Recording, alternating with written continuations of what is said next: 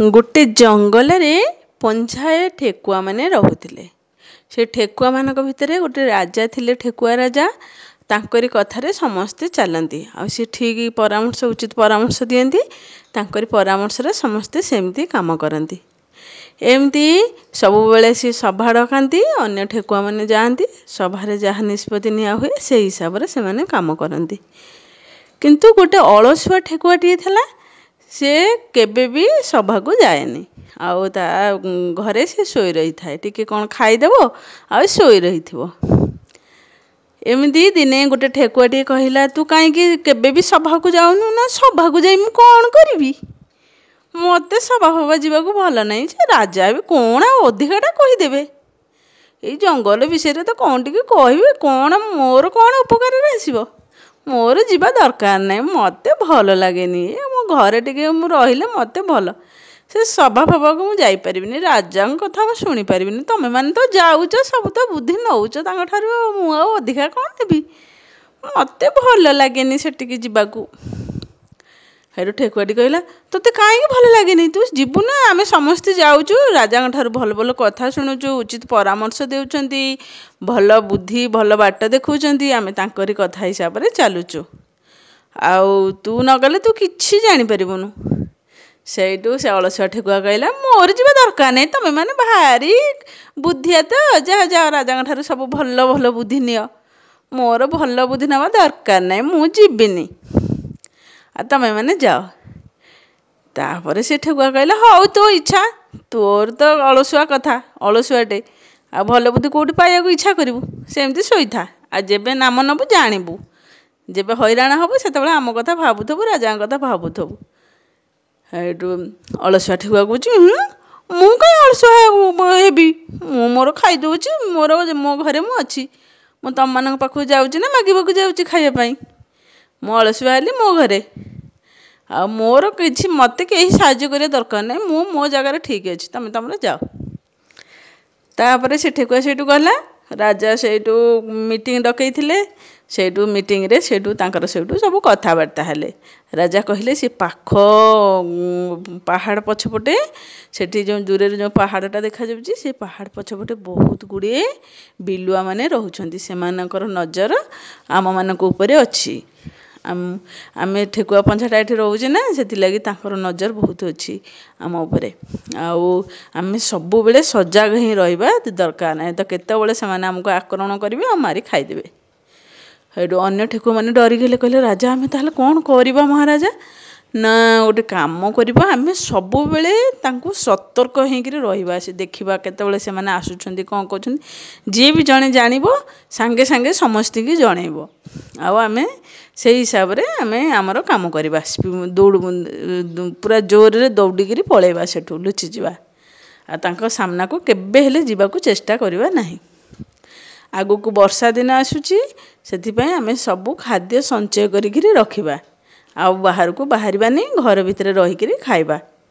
समस्ते चलो जाइकिरि गाजर विभिन्न प्रकार जिनस सब आण, आमे ताकू साइतिकिरि रखिबा। तापरे सबु ठेकुआ माने गले। गाजर सब बहुत गुड़िए गाजर होइतिला, ताकू सब आनिकिरि सजाड़िकिरि साइतिकिरि रखिले आगु को खाइबे पई वर्षा दिन रे। एंती सब करूथांती। राजा परामर्श हिसाब रे सेमाने अन्य ठेकुआ माने सबु काम करूथांती। समस्ते बहुत खुशी रे थांती। तापरे सेठू अलसुआ ठेकुआर मन सेठू ताकू सेठू गोटे ठेकुआ डाकिकी नेला, आसी जीवु सभा को, तू केबे काई जाउनु? तापरे कहले, हौ ताहले जीवा, चल सभा को डाकिच बोले टिके जाउची आउ। तापरे सी सेठू आसिला ता संगे। सेई दिन कोन हेची ना, बिलुआ माने आक्रमण करिया पई आसिले। आक्रमण करिया को आसिले जेतेबेले सबु ठेकुआ माने, राजा सेठू कहले, ठेकुआ माने चलो चलो आमे सबु धाईकिरि पळेबा। से पाख सेपटे गोटे नदी अछि, से नदीर सेपटे लुचिकिरि आमे रहिबा समस्ते। आउ से आमे गोटे जगह ठीक करछे, सेठी ही लुचिबा समस्ते। आउ ठेकुआ बिलुआ माने हमकु पाई परिबेनी। समस्ते जोर जोर धाई धाईकिरि पळा चलो। तापरे बिलुआ माने तळे आक्रमण कर आसिले। ठेकुआ माने पूरा जोरे धाई धाई धाई धाई किरि जोटी जगह ठीक करथिले, सेठिकी समस्ते धाई धाई जाइकिरि पळेले। किंतु अलसुआ ठेकुआटी आ जाई पाइलानी। सी तार कहला, मोर मोर के किछि कर परिबेनी, मु लुचिकी एठी रहि जिबी। ସିଏ ସେଇଠି ଲୁଚିକିରି ରହିଗଲା।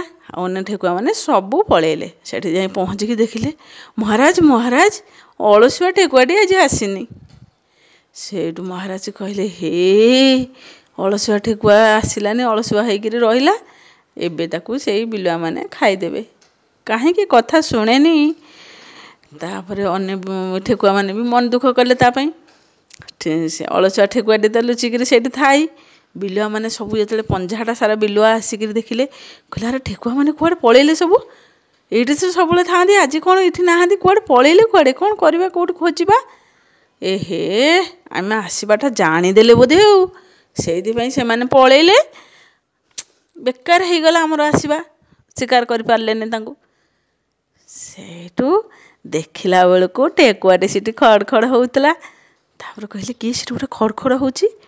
ସେଇଠୁ ପଞ୍ଝାଟା ସାରା ବିଲୁଆ ଯାଇକି ଦେଖିଲା ବେଳକୁ ଠେକୁଆ ମୁହଁ କାଢ଼ିକିରି ଅଳସୁଆ ଠେକୁଆ ଅନେଇଛି।